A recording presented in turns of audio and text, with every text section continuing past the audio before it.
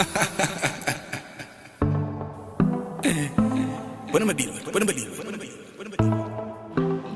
people, what's going on? Welcome to another exciting episode of Real Talk. Today is really special for me, and I hope that it is as special for you too, because we have someone in the studio today that has done so much for this nation of Antigua and Barbuda. I'm talking about the 4-time Olympian, the 2 times World Indoor Games finalist, and the bronze medalist for the World Indoor Games. I'm talking about 9.91 seconds in a 100 meter. We're talking about Daniel Bakka Bailey. What's going on, brother? Doing good? Welcome. Respect my brother. To Real Talk. Yeah. It's a pleasure to have you here, man. It's a pleasure to be here, my brother. I don't think, you know how I feel right now, man. I'm happy. I'm really happy. I can see it in you, brother. I remember, just as a little boy running track at Yasco, I was a huge fan of your talent, how you ran, how you were just serious about your craft. So for me, having you here, man, it's an honor. You've done so much for Antigua. It's a pleasure. And how are you? How's everything? I'm good. I'm here. I'm taking it one day at a time. Trying to stay focused on my journey. There's some challenges, but hey, look, it's another hurdle to get over and to move forward. So everything is going okay so far. Well, I know that this conversation is gonna get sweet and sweeter. But before we get to all the exciting and fun parts of the conversation, man, I want to know, where it all started. What got you into track and field? At what age did you start? And what inspired you to start running? To be honest, at a young age, I was a sporty person. I was actually doing track and field, football, and cricket. Mm-hmm. And then I realized, I wouldn't say that I was a top football player or a top cricketer. You know what I'm saying? But I was playing good. Yeah. I got most wickets for the primary division. Mm-hmm. I was a good defense for my school. And I was also a good track, teammate for track and field. Okay. And from the end, then I said to myself, why would I stay with football and cricket? Because I realized a lot of biasness and and bad mind and politics, friend and company thing in these things. I was like, nah, let me just take a track of it because it's a one-man sport. Yeah. So let me just go over to this. Mm-hmm. Yeah. And that inspired you to go over. Yeah. And now you started running track and field, man. I remember, boss, you were unstoppable. Unstoppable here, just winning out everything, right? And then you took it to a whole another level when you went pro. At what point in your career did you realize that, I have the talent to become a world-class athlete? To be honest, Roy, I think I saw the sign at the World Junior Games in Grosseto, Italy. To be honest, you may not know about that, but I'm going to tell you about it. Tell me about that. Let me make sure I have all my questions. All right. That race opened up my eyes. Because what happened is that I came into that race running 10.32. 10.32. Right. And then I was top 15 going into the 100 meter. So I had the 15 fastest time going into the 100 meter. Wow. And I said to myself, hey, look, this is what I need to do. I need to run the race. I need to run the race properly and good. I ran the race, I went 10.19. 10.19. Not only that, I ran the 10.19. The number one junior athlete from America was in my race. Mm-hmm. His fastest time coming into that race was 10.22. I didn't get down to that time as yet. He was one who's really good. He and another guy, Ivory Williams, really good. So in that semi-final, I had a Jamaican, a Canadian, American, and a guy from Bahamas. Mm-hmm. And I said to them, I have to go and I need to get down. I need to get to the final, and I need to jump my times. Yeah. And after that 10.19, I was like, nah, that can't be. 10.19. I looked over the crowd, this female, she was like, who is that guy beside Demi? Demi is the number one world leading guy. Who's that guy beside Demi? He's not supposed to be beside Demi. I was like, seriously? This is how some of the Americans, they think, hey, look, even from a certain country, they're supposed to be up there with them. Yeah. And that surprised the whole nation. Not only that the 10.1 got me to a good level, but it also broke the Antigua national junior record. It also qualified me for the Olympic Games A standard And he helped me to, and he even made me met Coach Glenn Mills and Adidas. And then I did for, then I said to him, hey, look, I need to take it to the next level. The next level, and that's when you moved to. That's when I had to go to Jamaica. Moved to Jamaica and you started training with Coach Glenn Mills. Correct. And then you were now training with Usain Bolt, training partner. That, of course, Glenn How was that experience, just moving from here, making that transition to, started training with, Mr. Mills and Usain Bolt? I mean, the transition was okay. For the first 2 years, I mean, I didn't see any result. But I mean, after my coach explained to me, saying, hey, look, it's going to take you 2 years to get to the level that you need to get to. Yeah. First of all, the environment, the training is different, everything is different. So you need to just do what you need supposed to do, stay focused, and it will come. Yeah. And so said, so done. I mean, the first year I didn't matter why I ran back at 10:32 again, and then I ran 10:4. And I asked my coach, hey, coach, when am I going to run a fast time? Yeah. He looked at me and said, laugh. He's like, next year. I was like, what do you mean next year? He said, you're going to run 9 seconds next year. I said, why? How can you determine that? I said, this is my program. I know what you can do. I know how fast you can run. Yeah. And so said, so done. Next year came and I ran my fastest time ever. 9.91. 9.9. No, well, 9.99 first. And then after that I started to get down. Yeah. To 9.91. And the before we even start talking about the 9 and the sub 10, right? I want to talk about this, because as Antiguan people, man, sometimes, we have short-term memory. Yeah. Right? And you have traveled the world. You have carried the flag on your back. Yeah. Whether rain or sunshine, whether injuries. And I have also been one of them. And I explained this to you during the conversation. Yeah. I have been one of the hypocrites. Correct. Who judged you. Mm-hmm. I can't remember the year. 2016? 2016. Brazil Olympics? Brazil Olympics. Okay. I was one. Okay. But I was coming from a place of, I never saw you in a race that I felt like you couldn't place or medal.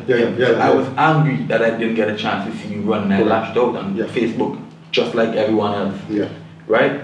But coming from a small island that is not recognized as a sprinting nation. Yep, correct. And you're competing in the Olympic Games with the top dogs in the world. Yeah. I'm talking about the Usain Bolt, the Gatlin, the Johan Blake, Asafa Powell. Yeah. I'm talking about thousands of people in an arena, and you're representing the dot, the 268, a place that is not recognized.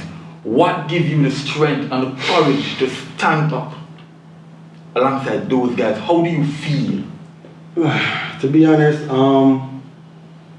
I think after that 9.99 I ran in Brazil, I think it changed a lot of things for me mentally going into competition, because only that 9.99 tells a lot, because it tells that you're up there with the big guys.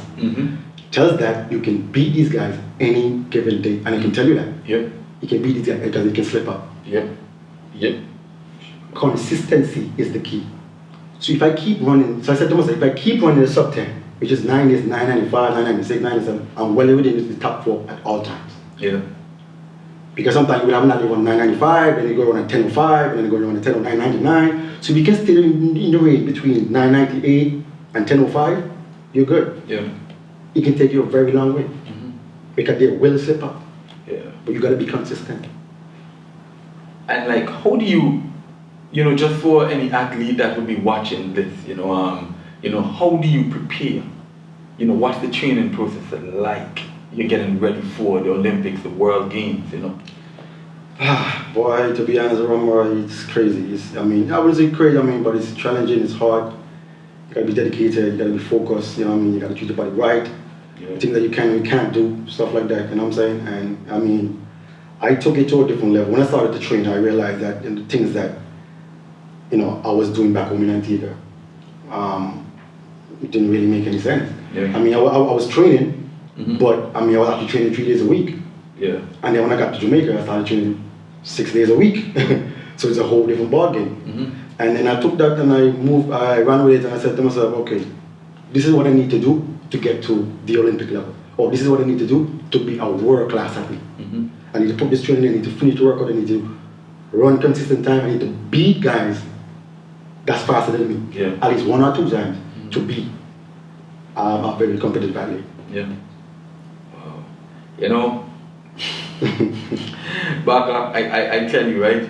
Again, you know, just I don't want to dwell on certain things because you know this is a show where you know people come for motivation, but yes, I also course, have to keep it real. Yeah, of course. Right? And you've been going and you've been doing your thing for a long time, like, and I have seen the work that you've been putting in. But how do you feel about the support that you get from home?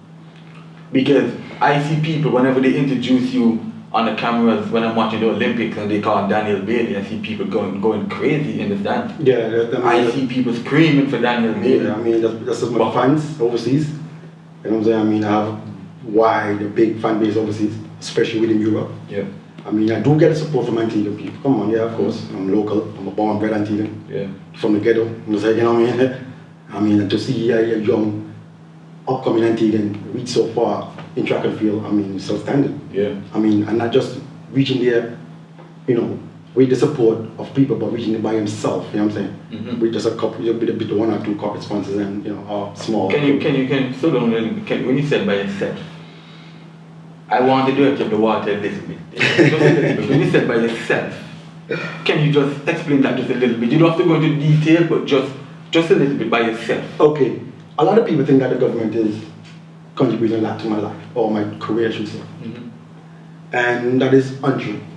Mm-hmm. From the time I left Antigua to go to Jamaica, I've been dealing with myself ever since. I went on an IOC scholarship. I got the scholarship, I went to a high performance center in Jamaica. And that high performance center has 7, 8 different rooms. At least from different countries. There are guys from Bahamas, one from Tortola, one from probably another Jamaican there. It's a high performance center by the IOC, the International Olympic Committee. Mm-hmm. I got the scholarship and I went down there. They paid for everything, they did everything, you know, I mean, my room and board and everything. And I said to myself, hey, look, I can't do this no more. I need to step up my game. Yeah. I need to branch off. I need to do something. Mm-hmm. And so said, so done. Within 2 years, I was a professional, big world-class athlete. Yeah. Yeah. And you signed with Adidas too? Yeah. I signed with Adidas in 2004, actually. Yeah. Like I said, after that 10.19, that opened up a lot of doors. Yeah. A lot of doors. And I said to myself, okay, it's time to get it. And I have to get it. I need to hit it. And I said to myself, okay, this is what I'm going to do. If I run sub 10, that is just one part of my accomplishment. Yeah. What I do with that sub 10 is a whole different ball game. Mm-hmm. Because I want to use the sub 10 and be top athletes. Yeah. Use the same sub 10, make finals. Mm-hmm. That was my aim. And so said so, and I did that. Yeah. And if you ask me if I'm proud of myself, because if you ask me if I'm proud of myself so far, I'll tell you, yeah, I'm more proud of myself. That was the next question. I wanted to know, you know, what was your proudest moment, you know, throughout your whole career so far, because you're not done. Yeah, correct. You're not done. I like that. And we're going to go back there, but so far. Yeah. To be honest, there's a couple home runs. I had a couple of moments. To be honest. The first one, I'll tell you, to be the first human being to run something on a South American soil. The first human being to ever run sub 10 on a South American soil. From Antigua. Yeah. The little black youth man from Yaks. Yaks and Pint and Village. Go mash up. One was like a madman. Yeah, and I think that, yeah, man. You know, and then the second one. Whoa. Was World Indoor Bransonville. Look at it right here. Yeah. And then the last one, I think that is 4th place finish at the World Championship Games. And yeah, that's about it. Those are my feet. Let's talk about this bronze medal. Yeah.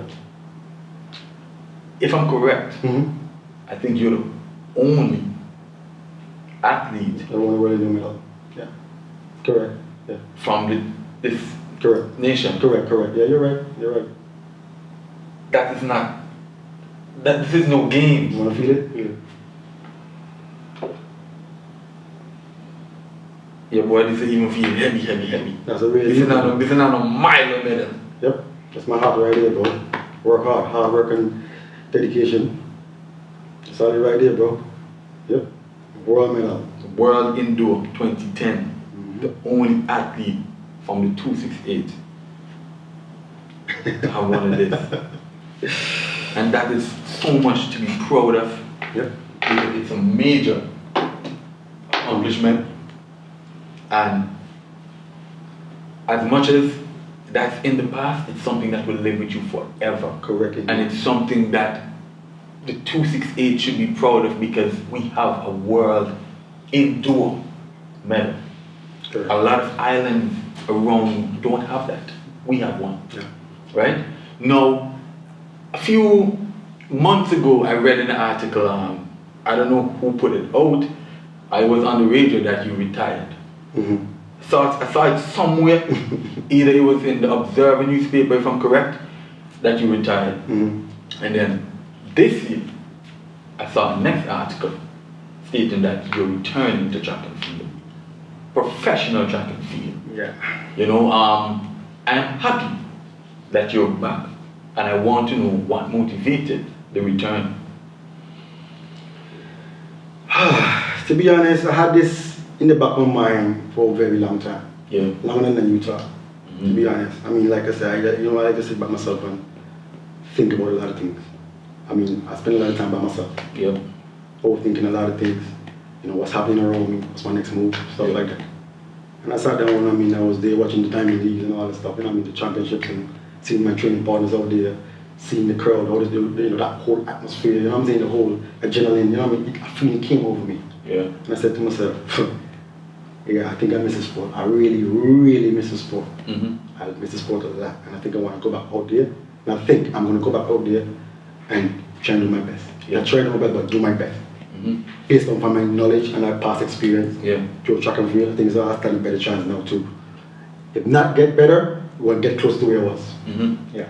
And you know, going back into the world of professional track and field, right? I mean, there has to be a new approach. You know, what is your mental space? Like, what's the mindset going into the journey again? Well, I mean, there's no really mindset, you know. I mean, nothing changes, you know. The only thing that changes for me right now is just my mental state of training. Mm-hmm. You know what I mean? I wasn't really a tough trainer like that. I used to train, but I wasn't really a top trainer like that, you know what I'm saying? But I think right now, at this day and age, my mental state when it comes to training is a whole different ballgame. Yeah.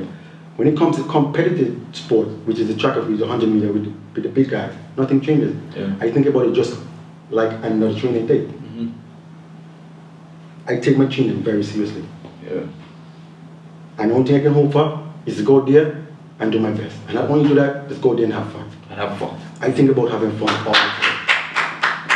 I don't put excess pressure on myself. I don't want to pressure myself. I don't think about what time a guy running there, who's running that. Yeah. I don't want to hear that. Yeah. I mean, you wanted 995 last year, 992 last week, 2 weeks ago. You gotta run it again. Yeah. You need to see that. Run it with me right here. Yeah. And it happens all the time. A lot of guys run fast and 2 weeks, 3 weeks before. When you catch him, you bust there. You know what I mean? Yeah. Yeah, you bust their ass. You bust them last. Yeah. You know what I'm saying? You kill people. You know that's how it is. And you know, Bakka, you said something just now that I love what you said when you said having fun. Yeah, it's fun. A lot of people, we take life too seriously and we don't enjoy the fact that we're, you know, we didn't come here to stay. Nah. We just passing through. That's all. And we just have to enjoy it while we have it. We have to. You know? And for me, this show that I'm doing, I'm having fun. Yeah, you it's have to. fun. Yeah. I enjoy doing it. The day I stop having fun is the day you will stop seeing I it. start worrying about what's going on. You know? Yeah. So for me, man, I'm excited for you. You know, we have our personal relationship. Yeah, of course, yeah. You're a really good human being, very good friend of mine, and I very much fortunate to have, you know, gotten the chance to know you on that level. Mm-hmm. And I personally want to wish you the best, just like how I've been wishing you the best in private, Yeah. right here too. Wish Everyone you to that, see, wish man. you I that, wish you the best on your journey. Wish you the But one thing I want to know, and I have a problem with this though, because I personally believe age is a number. Age is a number. Yeah. And there's a lot of people who've been chit-chatting about your age and you retiring into professional track and field now at your present age. You know, what do you have to say to those people? I mean, that's normal in a way. That's something I don't have a control over. To be honest, I have no control over that. But within myself, I mean, age, like I said, age is just a number. Mhm. I mean, you can't be too old to do anything. I mean, if you could have done this at the age of 16 or 17, you could have done it, right? Yep. It's a whole different ball game. Yep. So at this age, I think my mental, state when it comes to training and going to competitions and, looking for, I know what's to come. Yep. I know what's to come. So I'm prepared for that. Mm-hmm. You understand? So, I mean, I just try to hold my own and just do my thing. Yeah, man. Yeah. And when you look at look at LeBron James. LeBron James is 36, Okay. and LeBron James is still the best basketball player Exactly, in the world. because it's have a power. How old is have a power? How old is Justin Gatlin? Justin Gatlin is 38 years old. Sam Power is 37 years old.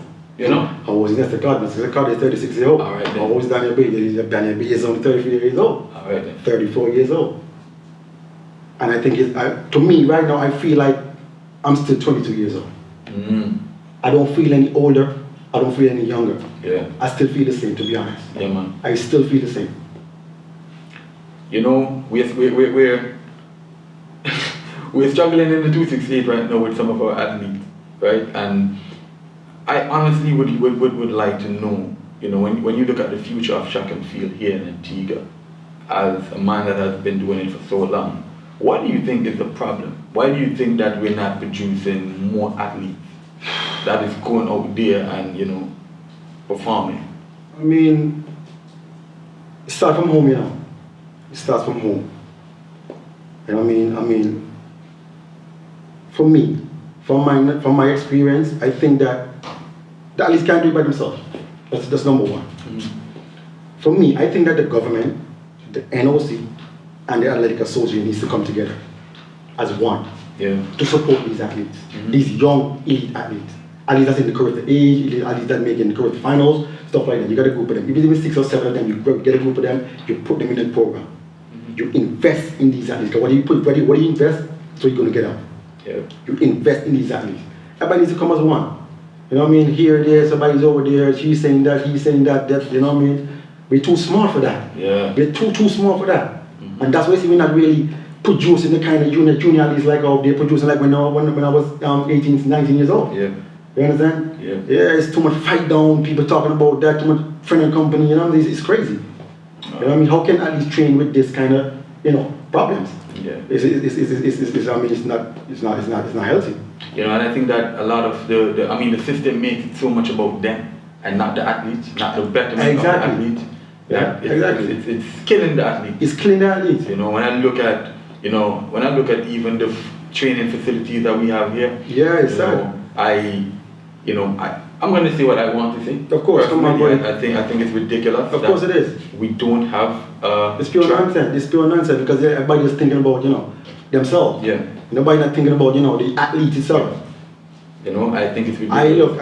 The thing about it, I don't want to go. I don't want these athletes to go through the same thing I go through at a young age. When I was coming up as a young athlete, I don't want that. So I will fight for the young athletes. I will fight for that. If you can get a group of athletes, 6, 7 of them, put them in for a program for the next 4, 5 years. Hey, who knows?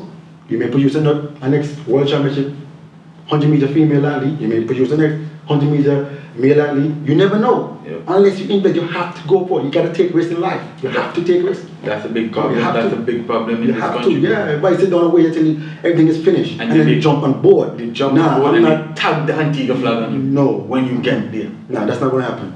They quit to jump in the newspaper. Yeah. Antiguan athlete. That's normal. That's when normal, bro. They weren't there. It's crazy, yeah. Along the journey. Exactly. And what it took to get to that journey, bro. It's a lot of hard work, a lot of dedication, it's crazy. A lot of sacrifice you gotta make. It's crazy.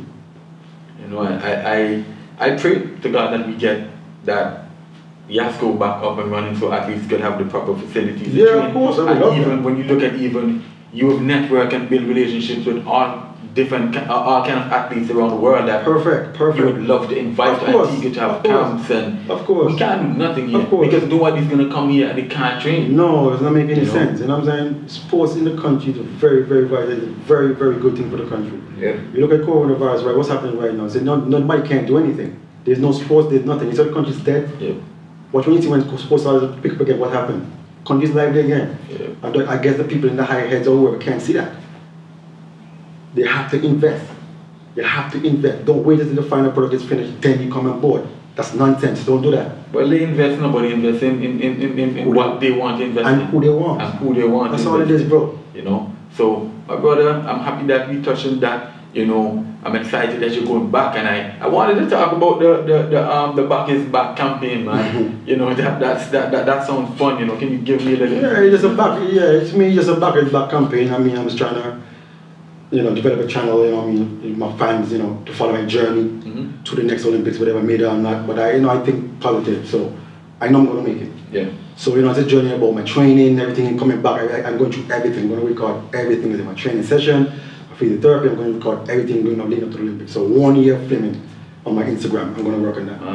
Yeah. So if you're not following Daniel Bailey as yet, I don't think I need to say it anymore. Head over to Daniel Bailey's Instagram. We don't need to spell it out. There's only one Daniel Bakka Bailey. Daniel Bakka Bailey, that's the name on Instagram.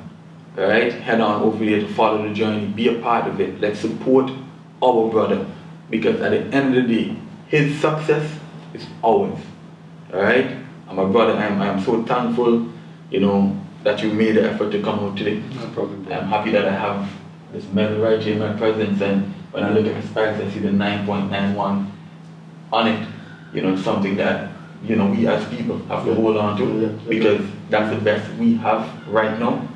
We don't have any other sub 10 track and field athlete right now, and we have you. You're alive, you're well, you're in our presence, and that's so much to celebrate and be thankful for. Yeah, bro, I respect that. Thank you again for coming up, man. I appreciate it, and I wish you the best on your journey. Thank you very much, brother. But before we go, brother, I've been looking at you for a very, very long time. You know what I'm saying? I've been seeing your progress. I'm seeing you, you know, your struggles. I'm seeing you. You know what I mean? Where you at right now is a good accomplishment. It's a great accomplishment, bro. So I'm gonna present this as to you. Thank you, man. 9191, signed by Daniel Bailey. To Humway Right, HY Promotions. All right, so I'm gonna present this to you, brother, and you can frame it wherever you want with it. A special gift from me, brother. Thank you, man. For your treatment so far. I appreciate and there's a lot more coming. I know you're going to do great things. Thank you, man. Yeah. This means a lot to me. This means a lot to me. I wish my coach that used to teach me track and field was alive to see this. Yeah. When you talk about Mr. Carter from Better Chance Primary School. Oh, yes, I remember. When you talk about all of my friends from back in the track and field days, they know how I feel about Daniel Bailey. And, you know, just to be alive and just to be, you know, able to host you on my show, and just for you to gift me with these, it means a lot. Yes, my brother. Because I am a fan of your work, I am a fan of the man you are, and I'm just thankful.